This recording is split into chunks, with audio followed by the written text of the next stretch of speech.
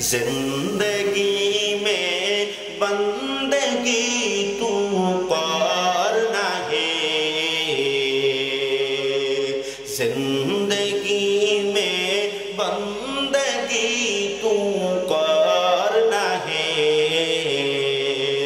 जिंदगी में बंदगी शर्मिंदा है, जिंदगी में बंदगी शर्मिंदा है। दुनिया में हो दुनिया का तलबगार ना हो, बाजार से गुजर हो खरीदार ना हो, दुनिया में हो दुनिया का तलबगार ना हो, बाजार से गुजर हो खरीदार ना हो। ये दुनिया एक मिसल कागज़ फूल है, ये दुनिया एक मिसल कागज़ फूल है। এই জন্য পয়গম্বর বলেন দুনিয়াটা হলো আখিরাতের জীবনের একটা খেতি, ওই খেতে যে যেভাবে উপার্জন করবে তাহলে সে পরকালীন জীবনে সেইভাবে ভোগ করতে পারবে। দুনিয়ার জীবনে কোনো বান্দা যদি আমালের চাষ করে, আল্লাহকে খুশি করার চাষ করে, ফসল ফলায়, ওই ব্যক্তি আখিরাতের জীবনে বড় মজা আর মজা ভোগ করবে, শান্তির এক জীবন উপভোগ করবে রে বাবা। দুনিয়ার জীবনে অলসতার কারণে যদি উপার্জন অথবা ফসল ফলানো ভালো না হয়, ওই ব্যক্তি আখিরাতের জীবনে শুধু কষ্ট আর কষ্ট। এ মুসলমান বাবা, দুনিয়ার জমিনে যদি ফসল ভালো না হয়, নির্দিষ্ট একটা সময়ের পরে খাদ্যের একটা ঘাটতি গড়ে, হয় কি হয় না? বুঝে থাকলে সবাই জবাব দেন, হয় কি হয় না? যদি ফসল ভালো না হয় খাদ্যের অভাব দেখা দিবে, ফসল ভালো হলে খাদ্যের অভাব দেখা দিবে না। এই দুনিয়াটা আমাদের ফসলি জমিন, এই ফসলি জমিনের ভিতরে যদি চাষটা ভালোভাবে দেওয়া যায়, ও বাবা, পরকালীন জীবনে ওই বান্দা শুধু তার ফসলগুলা ভোগ করবে, অভাব হবে না।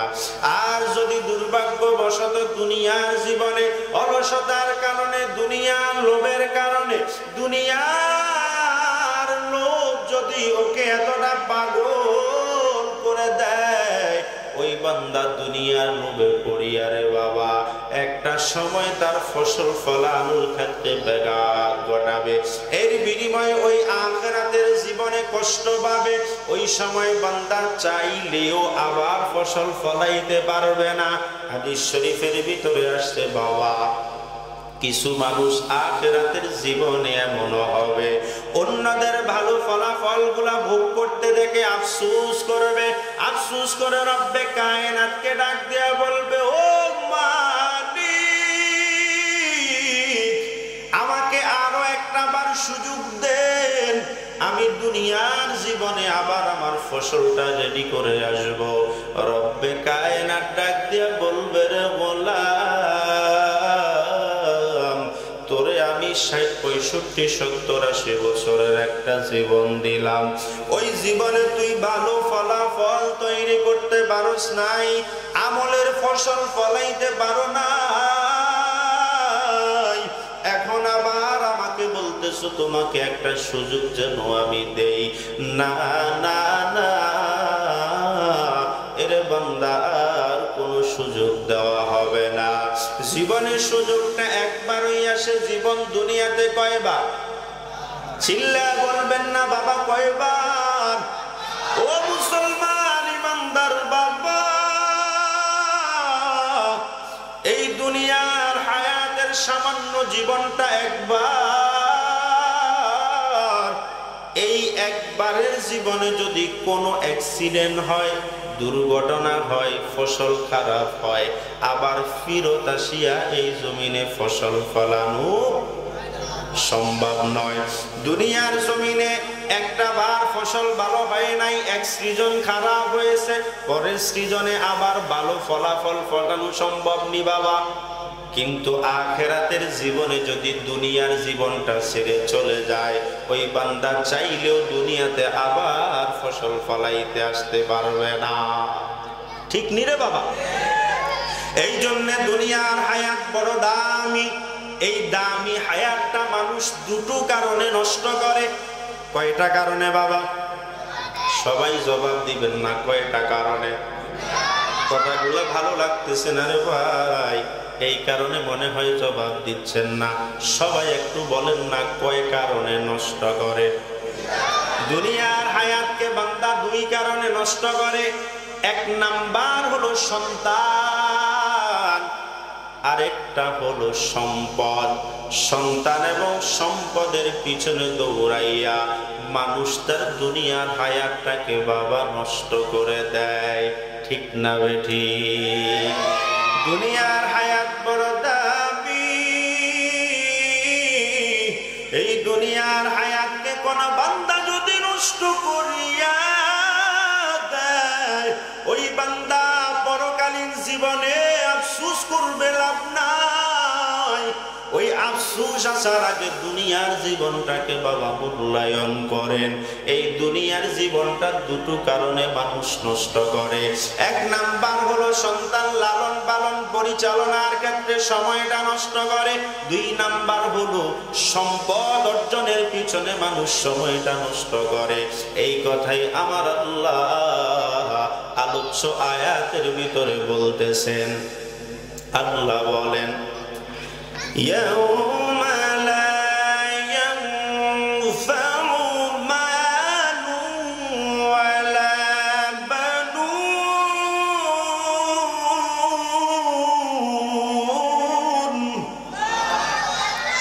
إلا من أتى الله بقلب سليم।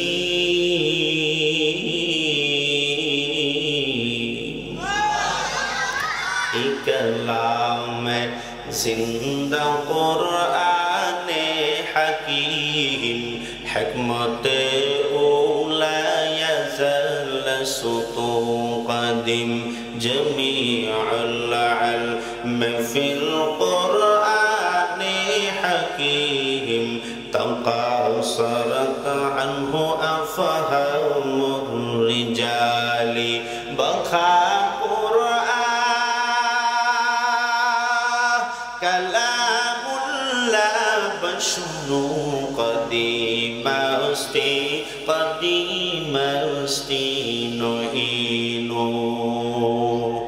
আল্লাহ ডাক দেয়া বলেন, রে গোলাম, যেই দুইটা কারণে দুনিয়ার হায়াতটাকে নষ্ট করিয়া দাও, ওই দুইটা জিনিস পরকালীন জীবনে কোনো কাজে আসবে না।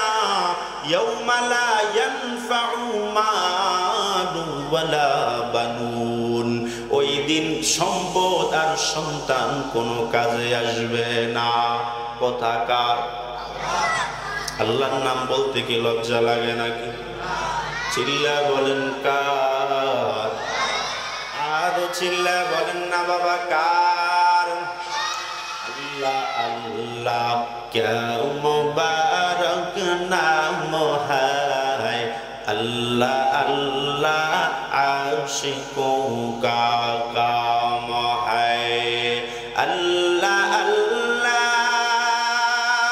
तू मेरा माबूद है, अल्लाह अल्लाह तू मेरा माशूक है। कथा এরে মুসলমান ইমানদার বাবা, ওই কিয়ামতের ময়দানে সম্পদ আর সন্তান কোনো কাজে আসবে না। এই কারণে বাবা সম্পদ আর সন্তানের পিছনে জীবনটা নষ্ট করলে পরে আফসোস করা লাগবে রে বাবা। কিভাবে আফসোস করা লাগবে আমি যদি একটা ঘটনা আপনাকে শোনাই। এই জমিনে মানুষ মারা যায়নি রে বাবা, আপনাগো এলাকায় কোনো মানুষ মারা যায় নাই। জীবনে মৌতের কথাটা প্রথম শুনছেন? হ্যাঁ, জীবনে কেউ মরছে নাকি এলাকায়? ওহো, মরার পরে তাকে 10 তলার উপরে রেখে আসে। কোথায় রাখে? হ্যাঁ, জানাজার নামাজ হয়নি, হয়। এগুলা দেখার পরেও সন্দেহ। কি বলে এলাকার মানুষের সন্দেহ মৃত্যুর ব্যাপারে? মৃত্যুর ব্যাপারে আল্লাহ কি বলে?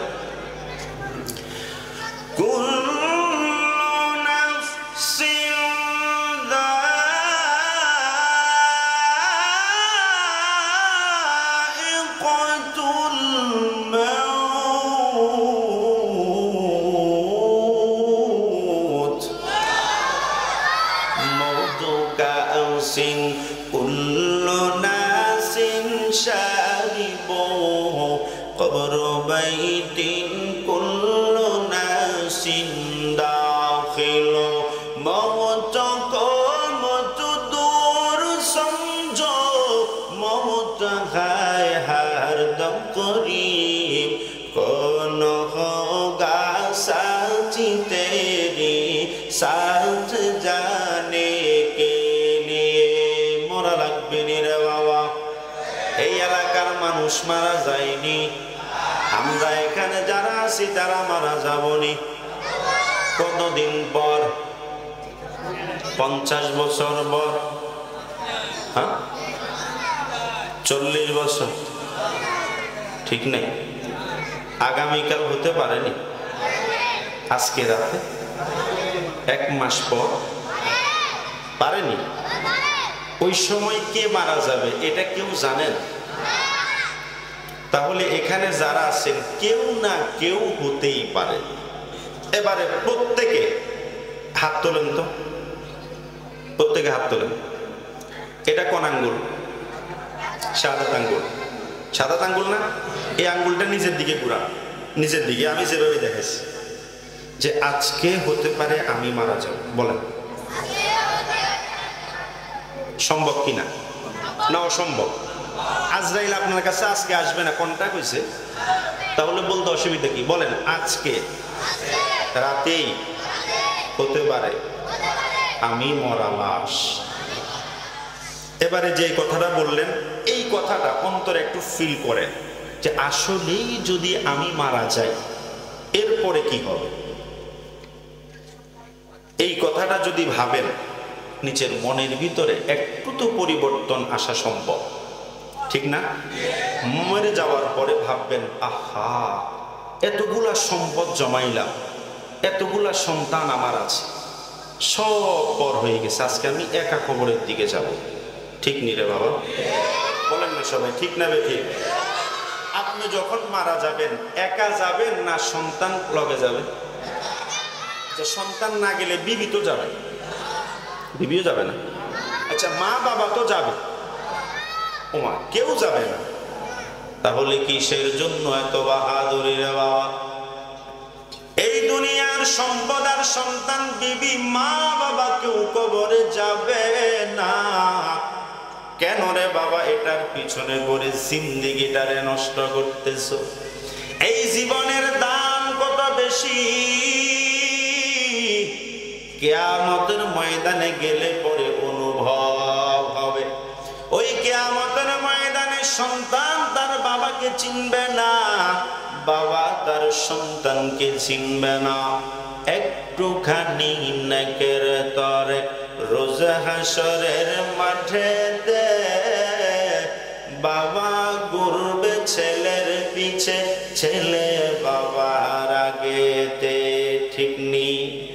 একটুখানি নাকের তরে রোজ হাসরের মাঠে দে বাবা ঘুরবে ছেলের পিছে, ছেলে বাবার আগেতে, ঠিক না বাবা? ওই কিয়ামতের ময়দানে সন্তান তার বাবাকে পরিচয় দিবে না। আমার আল্লাহ বলেন, আল্লাহ রাব্বুল আলামিন কালামে হাকিমের ভিতরে বলেন, কিয়ামতের ময়দানের পরিস্থিতিটা এত ভয়াবহ হবে, সন্তান তার মাকে পরিচয় দিবে না, ভাই তার ভাইকে পরিচয় দিবে না, বন্ধু তার বন্ধুকে কোনো পরিচয় দিবে না। ইয়াউমা ইয়াফিরুল মারউ মিন আখি ওয়া উম্মিহি ওয়া আবিহি ওয়া সাহিবাতিহি ওয়া বানিহি।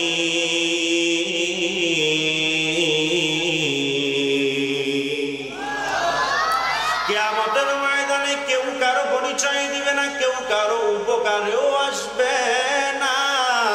ও মুসলমান বাবা, আজকে যদি আপনি মারা যান, একাই কবরে যেতে হবে। এই জমিনের একজন অ্যাডভোকেট বাবার মৃত্যুর ঘটনা আমি আপনাকে শোনাই রে বাবা। সন্তান এই দুনিয়াতে বড় নেয়ামত, ওই সন্তানটার যদি ভালোভাবে তৈরি করা যায়, ও বাবা সন্তানটারে যদি রবের খুশি মতো বানানো যায়, উপকারে আসবে। আর যদি রবের খুশি মতো তৈরি করা না যায়, তবে এই সন্তানটা কিয়ামতের ময়দানে কোনো উপকারে আসবে না। জমিনের একজন অ্যাডভোকেটের বাবা দুনিয়া থেকে বিদায় নিয়ে চলে গেছে। ও মুসলমান বাবা, দুনিয়াতে মানুষ মরে যাওয়ার পর তাকে গোসল দিয়া দাফন কাফন করাইয়া ওই মানুষটার জানাজার নামাজ পড়ে, ঠিক নি রে বাবা? ও মুসলমান ইমানদার, এই জমিনে অ্যাডভোকেটের বাবা মরার পর যখন তার জানাজার নামাজ রেডি হয়ে যায়, মসজিদের ইমামকে গিয়া বলে, হুজুর আমার বাবার জানাজার নামাজটা পড়ায়া দেন। ওই মসজিদের ইমামের পিছনে সন্তান দাঁড়ায়া জানাজার নামাজ পড়তেছে। কিছুক্ষণ পর হঠাৎ করে অ্যাডভোকেট সন্তানটা চিল্লায়া কান্না করতেছে। ওই নামাজটা শেষ হওয়ার পর ইমাম তাকে জিজ্ঞাসা করে, ভাই আপনি নামাজের ভিতরে এভাবে চিৎকার করে কেন কান্না করলেন? আপনার কি বাবার জন্য বেশি কষ্ট হচ্ছে নাকি? সন্তান ডাক দিয়া বলে, না না, আমার বাবার জন্য কষ্ট আমার হচ্ছে না। তাহলে কেন কান্না করলেন একটু বলবেননি? আপনি কি নামাজে দাঁড়িয়ে কি পড়ে এই কথাটা জানেন না, এই কারণে কাঁদছেন নাকি? বলে, না না, আমি এই কারণেও কাঁদি না। তাহলে আপনার কান্নার কারণটা কি একটু বলবেননি? ও মুসলমান বাবা, আমাদের সমাজের কোন জানাজার নামাজের সময় যদি সন্তান দাঁড়াইয়া নামাজে চিল্লায় কান্না করে, সব মানুষ তাকে জিজ্ঞাসা করবে, কেন আপনি কান্না করলেন রে বাবা? এমন প্রশ্ন হওয়াটা স্বাভাবিক না অস্বাভাবিক? জিজ্ঞাসা করবে কি করবে না? এবার ইমাম জিজ্ঞাসা করার পর ওই অ্যাডভোকেট জবাব দিতেছে, ও মসজিদের ইমাম সাহেব, আমার বাবার বিদায়ে কষ্টে আমি কান্না করি না। নামাজে দাঁড়াইয়া কি পড়তে হয় এটা না জানার কারণেও আমি কান্না করি না। ও অ্যাডভোকেট ভাই, তাহলে বলেন না আপনি কান্না কেন করতেছেন? ওই অ্যাডভোকেট আবার জানাজার নামাজ শেষ হওয়ার পর সব মানুষগুলার সামনে দাঁড়ায় জবাব দেয়, এ দুনিয়ার মুসলমান ইমানদার বাবা, আমি নামাজে দাঁড়াইয়া হাউমাউ করে কান্না করলাম, ওটার একটা কারণ। সব মানুষগুলা কান খুলে একটু শোনেন কেন কান্না করলাম। আজকে যেই জানাজার নামাজ ইমাম সাহেব পড়ায় আমি তার পিছনে দাঁড়ানো আছি, অথচ জিনার জানাজার নামাজ পড়ায় আমি হলাম তার সন্তান। আমি সন্তান দুনিয়াতে থাকা অবস্থায় মসজিদের ইমামের মাধ্যমে এই জানাজার নামাজটা পড়ানো লাগলো। আমার মতো সন্তান এই দুনিয়াতে থেকে কি লাভ, যেই সন্তান থাকা অবস্থায় বাবার জানাজা ইমাম পড়ানো লাগে। এই কথা বলে অ্যাডভোকেট চোখের পানি যার যার করে ছেড়ে দিয়া কান্দে। উপস্থিত সব মানুষগুলার দিলে খুব ব্যথা লাগছে, কথা তো সত্য। এই জমিনে এমন সন্তান রেখে গেল, বড় কোটিপতি, শিল্পপতি, বড় শিক্ষিত, জজ, ব্যারিস্টার, অ্যাডভোকেট, ডাক্তারের অভাব নাই। কিন্তু বাবা মরার পর ওই সন্তানটা দাঁড়াইয়া জানাজার নামাজ পড়াইতে পারে না। পাড়ার মসজিদের ইমামকে ডেকে জানাজার নামাজ পড়াইতে হয়। অ্যাডভোকেট ডাক দিয়া বলতেছে, আমার মতো কুসন্তান যেন কারো জীবনে না থাকে। উপস্থিত সব মানুষগুলার প্রতি আমার একটা আবেদন, এই সমাজের প্রত্যেকটা মানুষগুলাকে আমি একটা আবেদন করে যাই, যেন একটা সন্তান হলেও মাদ্রাসায় পড়াইয়া কোরআনের হাফেজ অথবা আলেম বানাইয়া যায়। দরকার আছে নি রে বাবা? একটা সন্তান যদি জমিনে হাফেজ আলেম হয়, আপনার মরণের পর আপনার জানাজাটা সন্তান পড়াইয়া দিবে। এর থেকে খুব ভালো কপাল আর কি হতে পারে বাবা? মসজিদের ইমামকে ডেকে, মাদ্রাসার হুজুরকে ডেকে নামাজ পড়াইতে হবে না, নিজের সন্তানটা দাঁড়াইয়া মাওলার কাছে চোখের পানি ছেড়ে দিয়া কান্না করবে। মাওলার যদি দয়া হয়, ওই মাওলা তার বাবাকে মাফ করে দিতে পারে কি পারে না? हकीकत से तू दुनिया बेखबर है, दुनिया की नुमाइश पर नजर है। नबी गोयम के अज दुनिया जुदा बाश, बहर कारे के बाशी बा खुदा बाश। चिश्ते दुनिया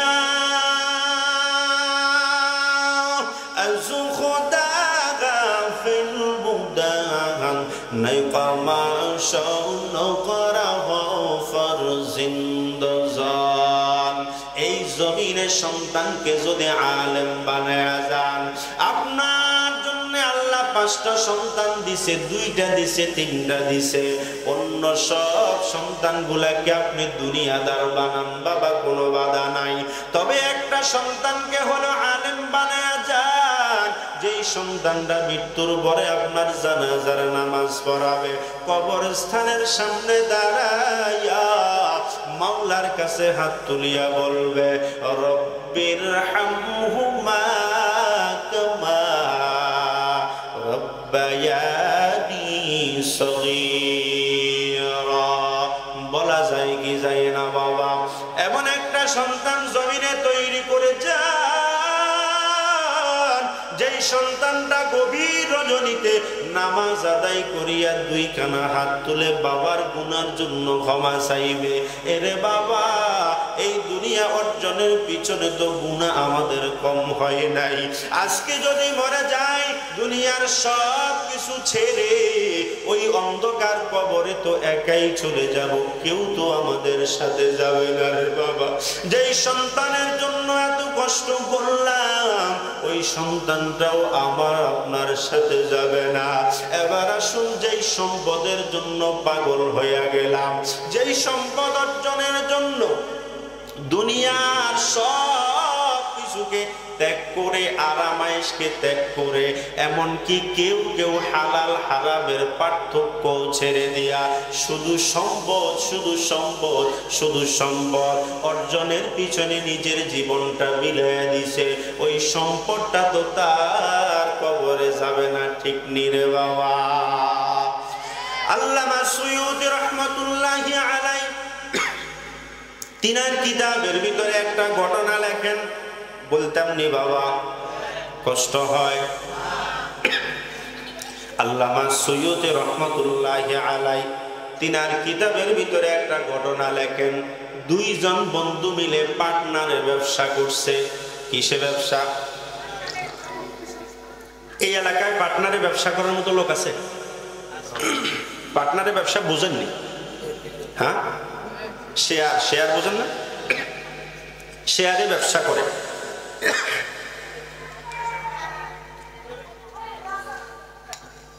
দুইজনে শেয়ারে ব্যবসা করার পর আল্লামা সুয়ুতী কিতাবের ভিতরে লিখতেছেন ৮ লক্ষ টাকা লভ্যাংশ তৈরি হয়েছে। কত? সবাই বলেন কত? এই ৮ লক্ষ টাকা দুইজনের পার্টনারে ব্যবসা করলে প্রতিজনের ভাগে কত হয়? এলাকার মানুষ তো যোগ বিয়োগ বুঝো তো নাকি? একজন কত টাকার মালিক? ৪ লক্ষ টাকার মালিক। দুই বন্ধু পার্টনারে ব্যবসা করছে। ব্যবসার পর তাদের লভ্যাংশ দাঁড়াইছে ৪ লক্ষ টাকা।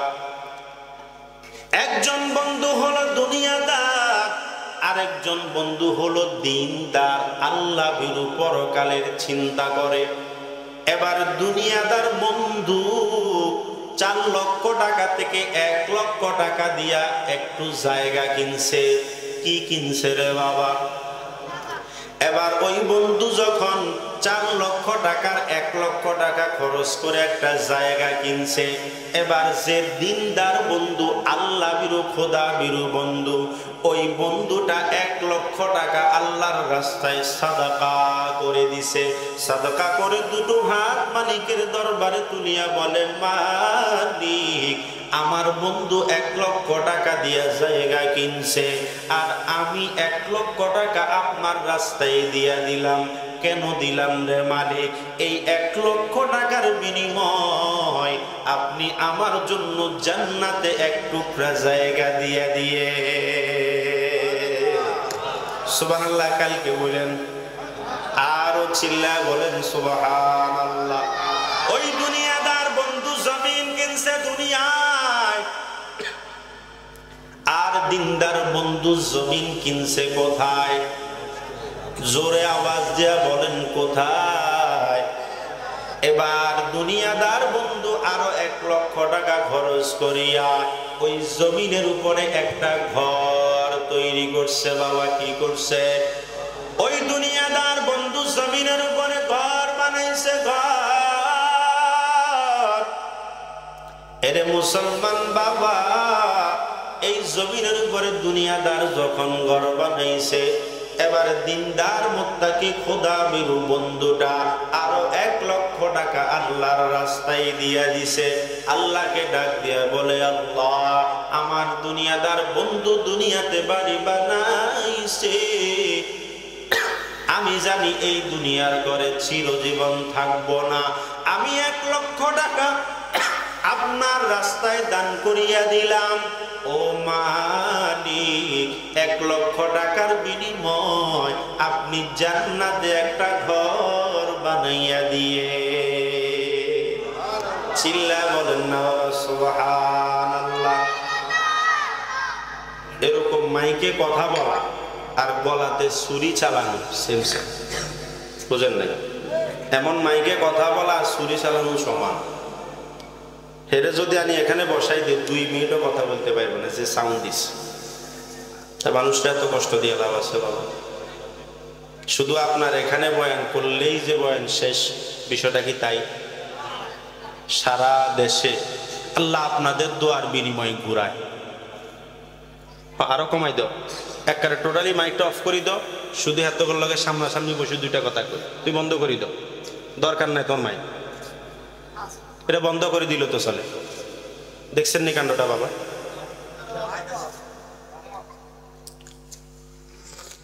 ভাই খাওয়ার দোকানে যায় না, দোকানে আওয়াজ, তার মাইক চলার দোকানে দোকানে আওয়াজ যায় না, দোকানে আওয়াজ শোনা যায় না।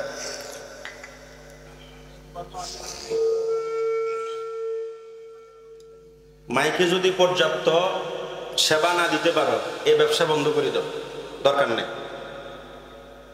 তঙ্গ মতো একজন মাইক ব্যবসায়ী না থাকলে দেশের মাহফিল হইতো না। বাবা কথা কোন হইব কিনা? এটা কোন খাসলতের লোক বলেন তো? কষ্ট দিয়ে কোনো লাভ আছে?